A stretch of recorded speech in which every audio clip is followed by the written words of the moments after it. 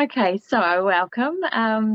So I'm really grateful and always humble to be able to talk and spend time with you, Shakira. Shakira is an amazing therapist, and she's been doing her work for how long would you say? Professionally for about a decade, Right. but amongst friends and family for about 30 years. As a healer, as a massage therapist, I've been working on and off over the last 30 years. Yeah. So you're bringing a lot of experience and a wealth of knowledge. So, so it's really an honor to kind of be able to talk to people and get some of their knowledge and share it with people who may be new to holistic health. I'm really hoping that people who never maybe even dip their toe in the waters are going to be able to meet people like you and find different things that they would like to try, because I think increasingly people are starting to realize that allopathic medicine, Western medicine, is quite limited in what it can offer. So, and you'll know this, of course. So, so welcome. It's really lovely to be able to do this with you. This is the inaugural interview for the panel that's yet to be named. And yeah, I'm going to ask you to introduce yourself, if that's okay. I put my glasses on because I can actually see you better with them on.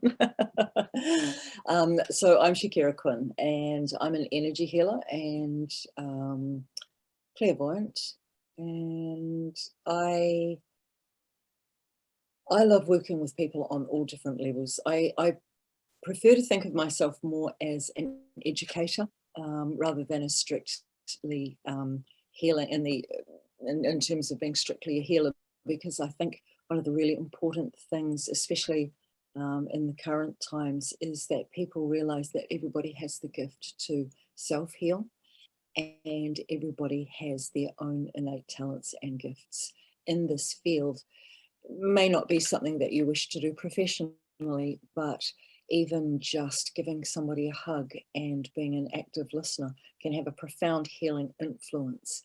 And the more that you, as a being, can, excuse that scraping, we're having painting done outside. I don't know if you can hear that scraping noise. The more that you can actually trust yourself to sit within yourself, and also I think more responsibility that you are willing to take for your own growth, the more that you can bring to the table collectively. And I think that's what current times are requiring of us, that we are strong enough to be vulnerable in our that's really off-putting, that scraping. Can you hear that? I can't hear it. Oh, okay, that's just, this is my little thing then. Yeah, there's real power in being vulnerable and being able to admit, A, that you need help, and B, that you are available to others for help. Yeah, lovely. And so in terms of getting to know you a little bit better, what kind of, like, where did you start really with your awareness that you could try healing or helping people in a way that was different to, like, you didn't go down the road of doing nursing, say, you've gone into something quite different, and the time that you went into massage was not actually a time that it was necessarily very well respected or very well understood. No. I was first introduced to the concept of healing when I was about 6 years old.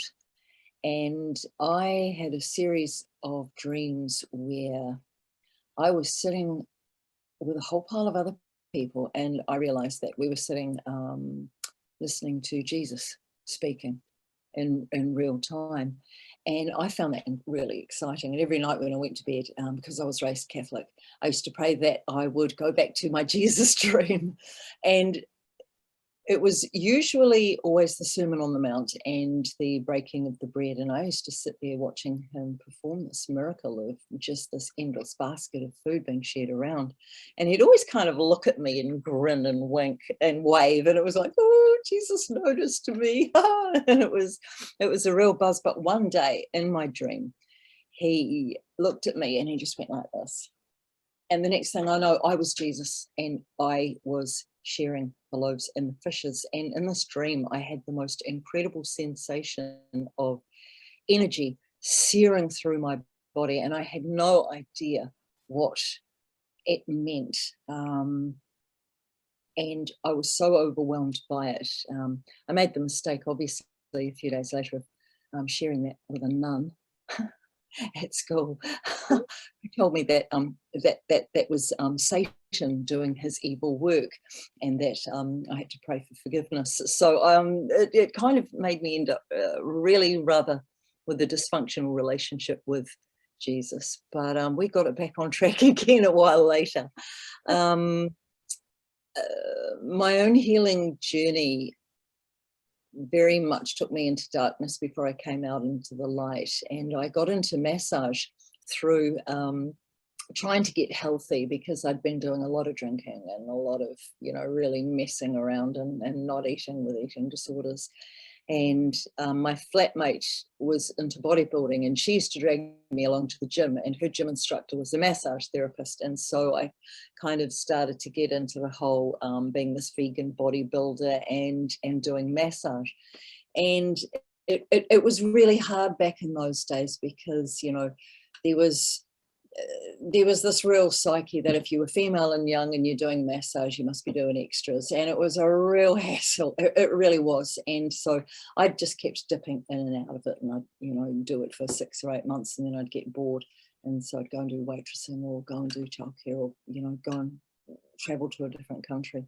But I kept coming back to it, because there was something really sacred to me about nurturing a person, having a person completely and utterly trust me and lay there, and me being able to, I could feel stuff when I put my hands on their body. It wasn't just the tension, it was, I could feel stuff moving, and it fascinated me. And I didn't really understand what was going on, but through my journey, I started meeting healers and people who did past life regression. And then I and they just said to me, you're a natural healer, you're a natural healer. I had no idea what that meant. I was like, what? They're talking about energy healing. It's like, what? What drugs are you on? Just, it was something that was not taken seriously at all. But as I experienced the healing, everything just kind of unraveled and put itself back together, and would unravel and put itself back together and unravel. And with each unraveling, I'd become clearer about who I wasn't. And at least half of my journey has been about discovering what I'm not. Yeah, it's such a great way of understanding things, isn't it? Like, trying to teach your children that is pointless, but Yes. but you're like, if you only could figure that out first, if you let yourself do that. And so you do Reiki as well, and I've experienced your Reiki, and it's quite profound. What led you into that, and like, how long have you been kind of really doing Reiki as well? I was introduced to Reiki. It was an accident, actually. I was doing. I'd started to train again in meditation, and because I was at university, and I was finding being a single mum and at university working part-time, and it all was overwhelming. So I went back to meditation, but I was doing astral meditation. I wasn't taking myself directly to source and then coming back down again. I was going straight out into the astral.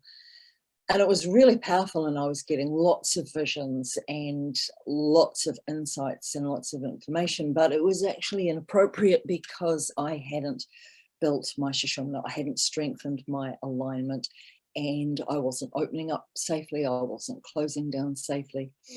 And it was one morning at about 6 o'clock in the morning. I was in the car on the motorway driving to university, and there was a happy chicken van in front of me, and it was like the back door opened and these chickens jumped out onto my car, and I was sitting there going, what the hell is this?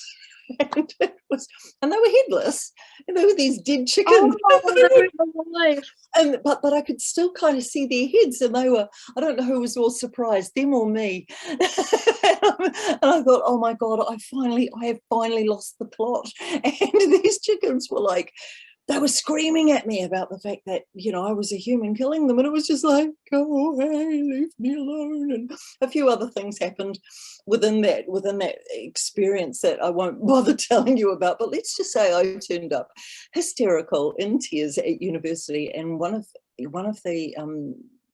my friends at uni just said, what the hell happened to you? And I just went, there were dead chickens on my car. And she went, okay, I'm taking you to my mum.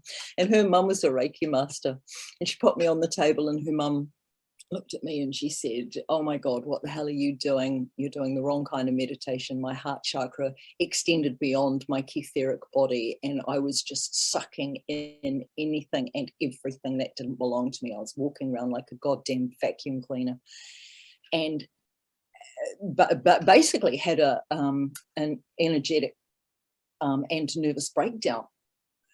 And so she closed me up, and she did this Reiki on me, and the peace that I felt, this profound peace, was just I'd never experienced anything like it.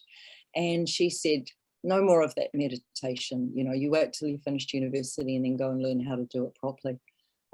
And so I went back and had 4 or 5 Reiki sessions with her, and found and spoke to one of my friends who was a homeopath, and I told her about the experience, and she asked me how I meditated, and she goes, oh my God, you're doing it all wrong. You should know better than that.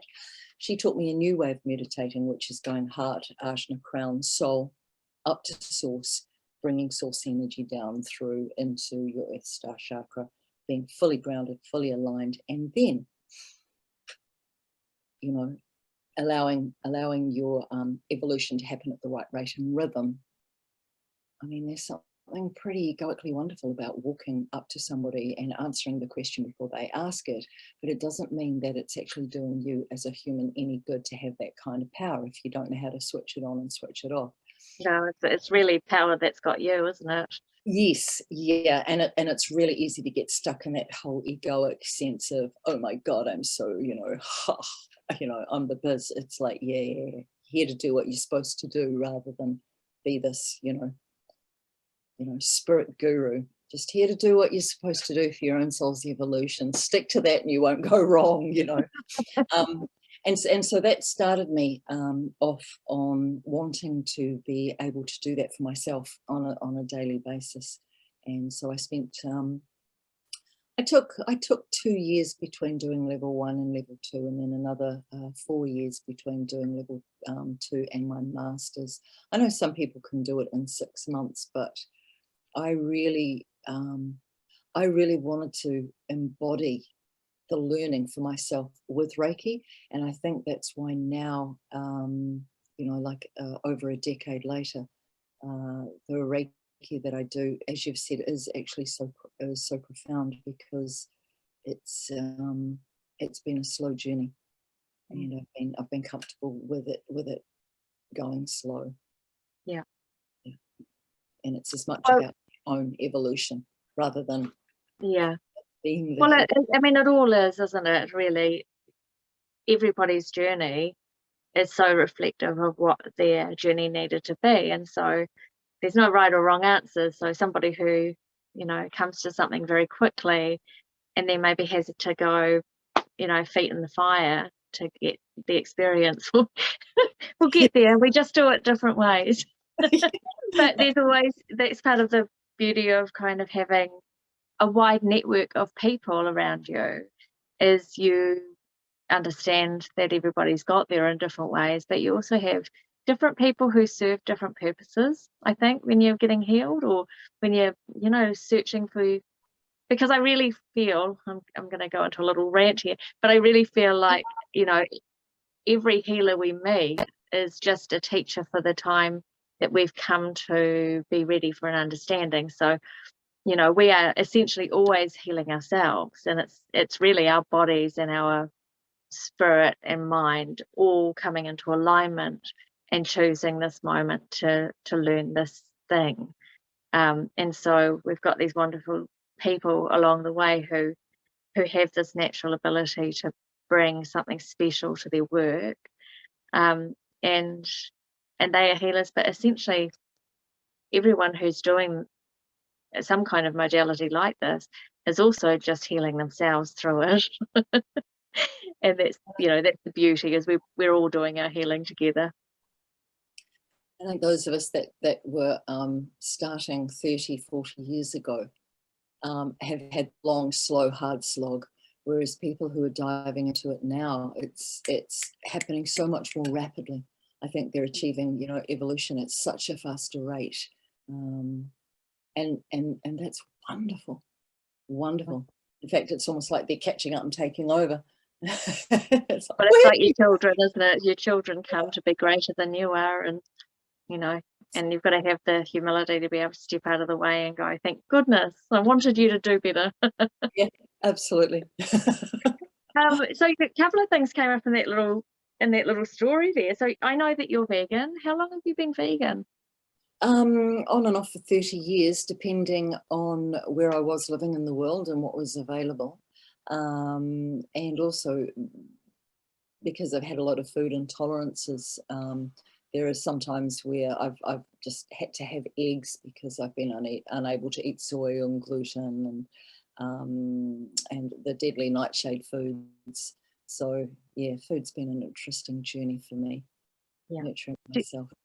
Do you you know, do you advise your clients on food? I used to think I had a moral obligation to try and convert everybody. Obviously, that was last century. I'm always curious as to what people eat, and I definitely recommend more fruits, more vegetables, just because it is so good for your cellular regeneration. I don't have much of an opinion anymore in terms of the meat issue. Yeah. Each to their own. That's where I am in my journey at the moment. Yeah. Well, that's always good to know, because you know, you don't want to turn up and then be like, oh no, they'll smell the meat on me. I can actually, yes. Yeah. Funny that, but yeah, you can. But you won't necessarily say anything. It's not my karma. It's not my journey. Yeah. I'm here to help at this point in this moment. I'm not here to judge. Oh, the other thing that came up with that little story was, of course, your meditations. Now, you have some really beautiful meditations online, and I just think that I know that at heart you're a musician, Yes. and music is your passion. But do you want to share we'll share the link as well, but do you want to talk a little bit about that? Because it is, yeah, that's something that I think that there's a lot of people who do meditations, and, you know, and it's just about finding the right resonance, but I love yours. Oh, thank you. So I struggle to do the type of meditation where you have a clear mind. I'm ADHD and I cannot keep my mind still at all. So I need active meditation. Music I find incredibly soothing. And what I was struggling to find was music that would seem soothing when I was in conscious brain, but as soon as I started going into the deeper deeper levels, it wasn't slow enough, and it didn't seem to have been created by somebody who was meditating. And now I understand why, because I tried doing it and it's really hard. I know what you mean, because I find it really hard to follow guided meditations. I used to get really cross when people would always make you do a guided meditation, and I'd be like, just leave me to my own devices. I'm quite good at doing this on my own. But that's why I think I like yours so much. And I think you're quite right. Heaps of people do them and they speak so fast. They run through things so quickly. And it's like, when you're meditating, you're really dwelling in these spaces. Absolutely. Absolutely. So what I would do is I would record the meditation, and then I'd meditate and listen to myself, and try not to be critical of my New Zealand accent. And, oh, you said your E wrong there, you know, as we tend to do. And of course, we were so lucky with the 2 years of lockdown, because I was, you know, sitting in a room with not a lot really to do. Because here in Auckland we had so many isolating level 4 lockdowns, and so it was the perfect opportunity for me to work out how to use GarageBand. And so it just became this playtime, and it wasn't until I sort of put together a couple of tunes I thought, well, maybe I should use those for meditation. So it was a bit of a it was more about fun that just kind of ended up as a meditation. It didn't start out that way. It was just, you know, a way of filling in time, and it just sort of evolved. But I do, yeah, every time I do more, it's like, oh, I like that one better. Oh, I like this one better. It's my own progress. So, you know, by the time I'm 70 or 80, they might just be, you know, really fantastic, you know. They're really fantastic now, anyway. Oh, yeah. I'm glad you enjoy them. And I wanted them to be free for people, because I wanted to encourage people to actually do the work. Yeah. Yeah. Yeah. You know, I can make money with people coming into the clinic. This, you know, this for me was something that I really did want to share, you know, with other people. So I put them free, you know, on my website and YouTube channel. Yeah. What is your YouTube channel? Oh, that's a technical question. I'll find it. It's Fusion therapy, isn't it? Yes. Fusion therapy. Yeah. It's like asking what car I drive. It's a gold one. It's gold one. Very flash. I can tell you how many cars I passed on the motorway to get home on time, but don't ask me what type of car I drive. Like, so tell me, like, so I've been for sessions with you, and I know that that you will probably change your session according to what's needed for each person. I think that would be the way that I've experienced you, is that you will bring what's needed. But you know, do you want to talk about some of the elements of how you know, what kind of things you use? Because I know that you're bringing sound in as part of your healing as well. So do you want to talk a little bit about some of the things that you would do in the process of giving somebody a treatment? Certainly. So I've got quite a lot of different modalities that are available, such as crystal healing, sound healing, energy healing, psychic surgery, massage. I do an elemental, which is a little bit of everything, tarot reading, rune reading. But at the end of the day, what each person needs when they come in the door is, to a certain degree, unknown until they get there. And so although somebody may come in and say, book, you know, a chakra alignment, because it's amazing how many people will come in and go, oh, somebody told me my chakras are out of alignment. And I'm like, really? Did they tell you how to fix it? And they go, no. It's like, well, tell them to stuff off then. You know, I get really annoyed when people go, oh, you're out of alignment. And they go, oh, you know. It's just a personal dislike that I have, so they'll come in and go, oh, I'm all out of alignment. But actually what their body is needing is breath work, for example, that they're not actually breathing properly. And they need more oxygen throughout their system.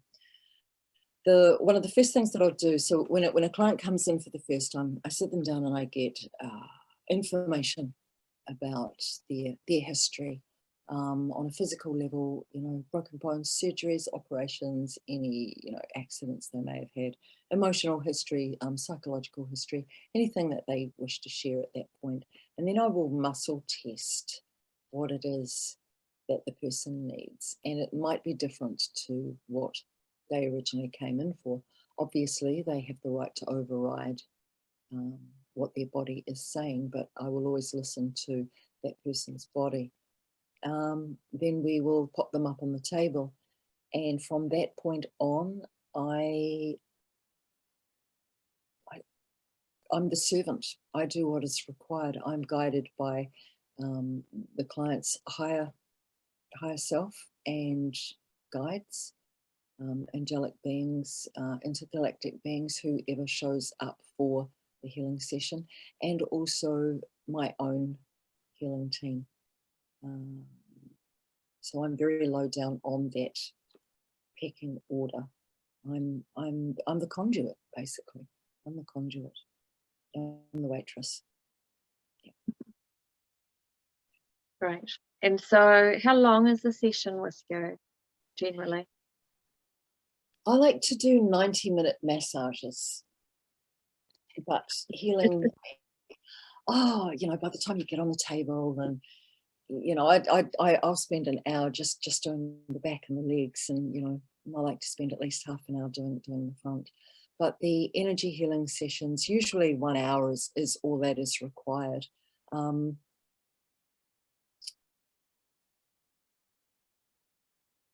And within that hour, you can have a lot of time to actually converse, discuss issues, because a lot of the unpacking can help through the conversation that you have. And for people who are coming back, being able to share what they have experienced in their own shifting and healing, and their own insights into the shifts that they're going through and the growth that they're experiencing, and how that is working in terms of not only changes in their own life, but in changes in the circumstances around them, either in their work environment, in their home environment. And it's always really lovely to be able to collaborate intuitively in gaining even more insight with that shared conversation. Yeah. And do you do treatment plans, or do you have, because some people will just see you once off and they'll be like, it's up to you when you come back.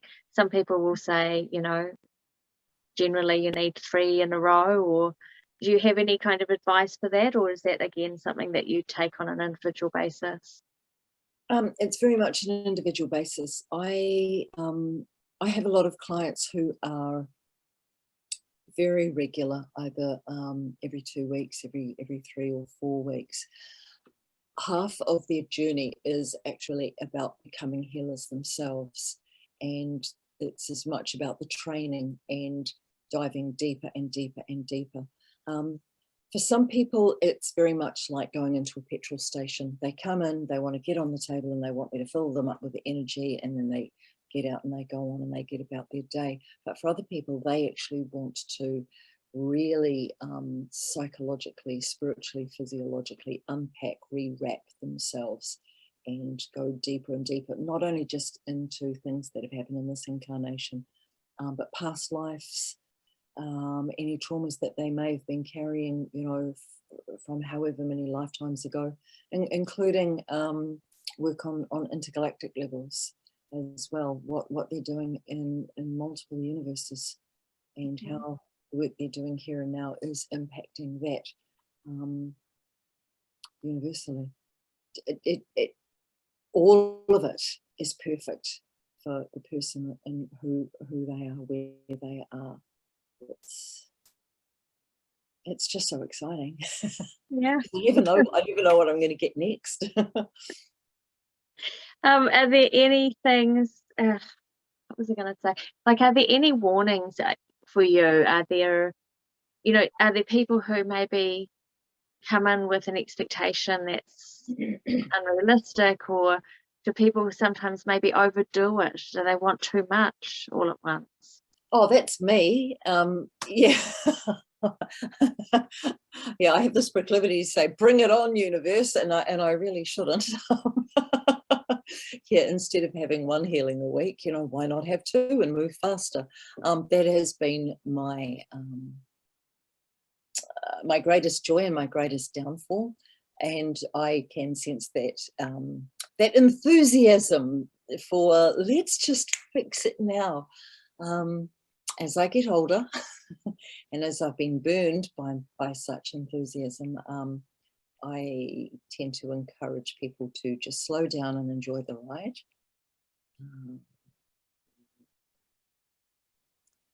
In terms of expectations, some people will come in and assume that one session is going to fix everything. And I think that's unrealistic in any medical or holistic practice. You go to the doctor and get antibiotics. You don't just take one. You have to follow the plan. You have to follow the routine. You've got to and often you've got to make changes so that you're healthy. Yeah. I'm always aware and conscious that there are people who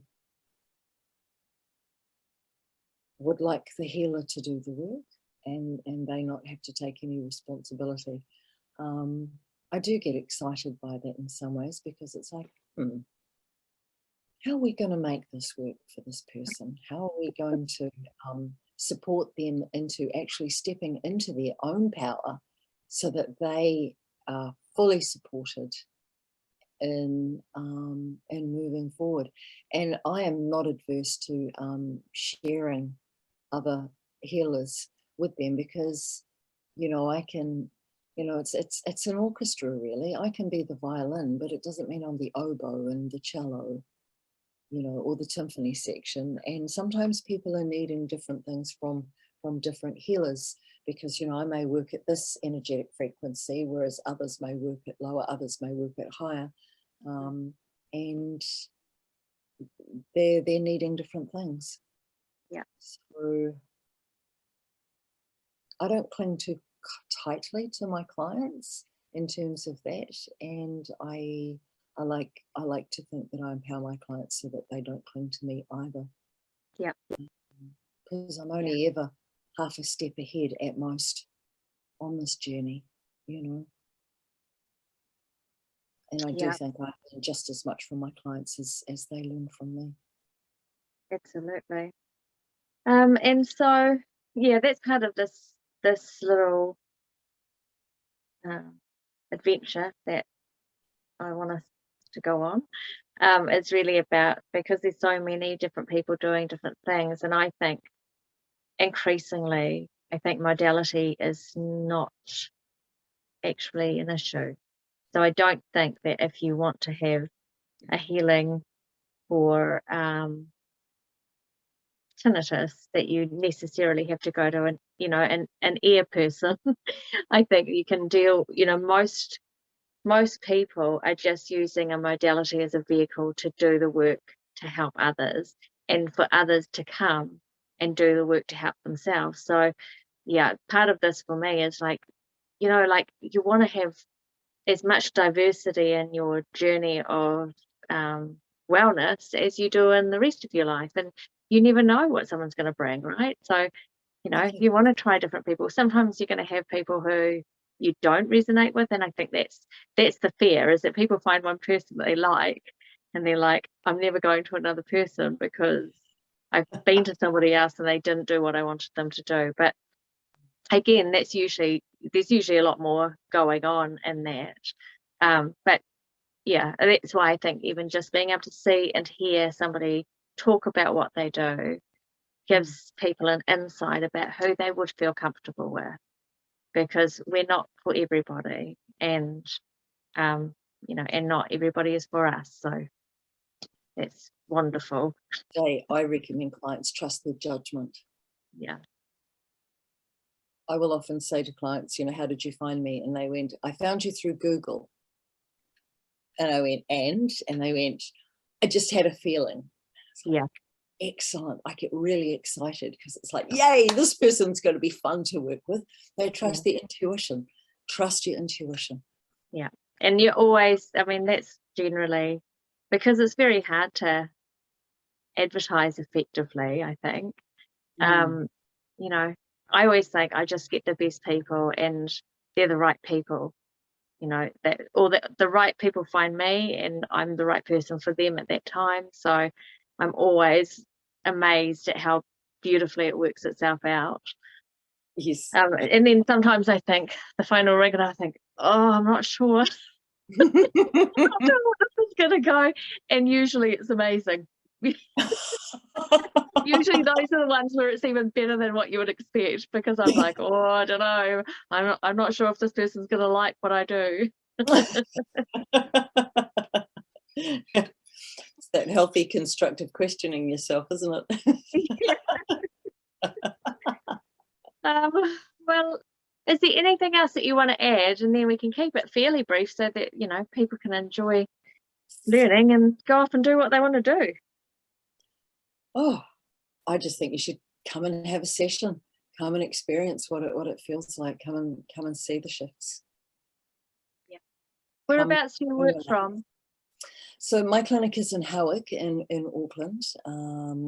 There's a multi clinic practice within the grounds of the Howick Baptist Hospital, and we've got some beautiful clinic rooms in there, and I'm in there. So at the moment I'm working Fridays and Sundays, but as we get more and more back to normal, I will be increasing my days there. So. Right. And so what is the best way to make contact with you? Through the website, I think. Yeah, go and have a look at some of the modalities and have a read, and go and check out the testimonials of clients that have been there before, and just have a peruse. At the moment, I've got one of those pop-up boxes where you can click on it, fill out your details, and you'll get 8 emails over a period of 28 days. And each email contains some free giveaways, some meditations, exercises that you can do at your computer. I've combined with other practitioners that I know, with a hypnotherapist, aromatherapist, and my PT. And we've just put together some great giveaways, and it's got a whole pile of just information for people. So if you're thinking about dipping your toe in and you're a little bit dubious, why don't you try starting off with my email series? That's a really cool offer. I like that. Yeah, it was another way to fill in my time while we were in lockdown. What can I do that's creative that doesn't involve eating? I know, I'll do an email series. Yeah, cool. And so is there a book now button on your site? Can we book directly through your site? Yes, you can. And for people who aren't in Auckland, many of the healing modalities I can do online via Zoom as well. Distance is there is no time and space when it comes to energy healing. Obviously massage, yep, you have to do that one yourself, sorry. And so what is your website? www.fusiontherapy.co. Great. Just .co, nothing else. .co, nothing else. Yeah, cool. Okay, that's perfect. Thank you so much. It's really insightful, and I think that, you know, in terms of just having conversations about how people come to this stuff and how they integrate, you know, life experience as well as just bringing it into what they offer in the clinic is really helpful, because I think there sometimes can be a little bit of mystery around people who do this work, and I don't know that that's helpful. I mean, it would be nice if everybody was, you know, really riding on unicorns and eating berries, but but most people are very normal, so it's probably helpful for people to understand that and then, you know, pick out what they need. Yeah, riding unicorns. That's back in when we were in our teens and 20s taking acid, but you know, yeah. Nowadays we're just sitting on cushions and you know. Trying to be comfortable. Yes. Perhaps have a moment. Okay, darling. Well, thank you so much. We're going to sign off, and I look forward to seeing you on maybe one of the panels. I would love that. Absolutely. Yeah, and we may be visiting again. Thank you. Thank you so much, and thank you to everybody who's stayed to listen. Thank you. Awesome.